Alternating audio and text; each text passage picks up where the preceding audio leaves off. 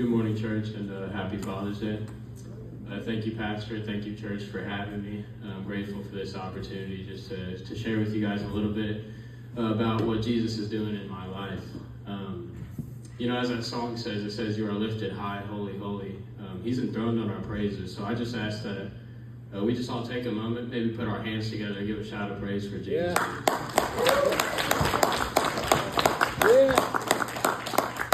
So, as he said, my name is Jayce Pickett, son to a military father. So growing up, it was a lot of moving around, just going all over the place, making new friends, having to lose them, and making new ones again.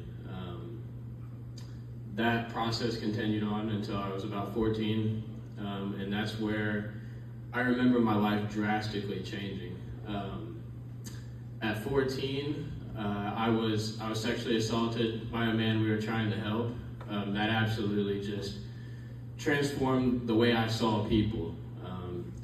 And then just to make matters worse, about 3 weeks later, my grandfather, who was definitely my father figure through all my dad's deployments, he passed away from cancer. And so that just left me feeling so defeated. And so I had this huge hole in me, and I didn't know Jesus yet, who I now know could have filled that hole. And so 2 weeks after that, I decided for the first time I was going to drink alcohol and smoke pot for the first time. And that right there was my Pandora's box moment that I couldn't close for the next 6 years of my life. I began drinking more and more and for the next year or so until at 15, I began experiencing withdrawals. It was morning to night drinking. And essentially, once I could grow facial hair, then I could buy it, and I was off to the races. That carried on in itself for a few more months until when I was 15, I found out I had a kid on the way. And for most people, that would probably make you straighten your stuff out. But no, I used it as a reason to drink even more. I was just selfish in all my ways, and everything, honestly, that I did at that point and for the next 6 years just was what could I get out of it? How could I serve myself and please my flesh?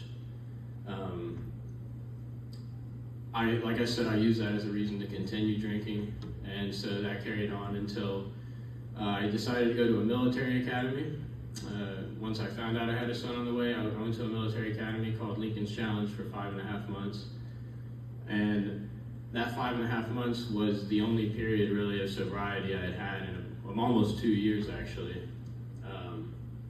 I got home, and before I even made it home, I was already back to nicotine, which that was just one of the small sacrifices that led on to me going back to my old way of living.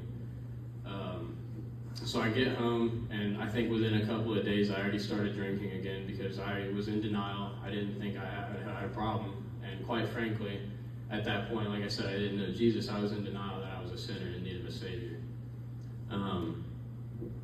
So from that point until I was 20 years old, so we'll say the next 3-4 years, this process just continued. Morning to night drinking, shaking when I woke up, it's just no good. And that lifestyle led me in jail a couple of different times for alcohol-related charges. I was a very angry and violent person. I was emotionally, verbally, and physically abusive to those that loved me most. And quite frankly, everything I did, once again, just continued to be enwrapped with how I can please myself, my flesh, and my selfishness. So finally, in jail cell, August of last year, in 2024, August 25th to be exact, in the back of one of those pocket New Testament Psalms and Proverbs Bible, it said the Lord's, or the prayer for getting saved. And I remember just praying the most sincere prayer I have ever prayed in my entire life, asking God to just radically do something in my life.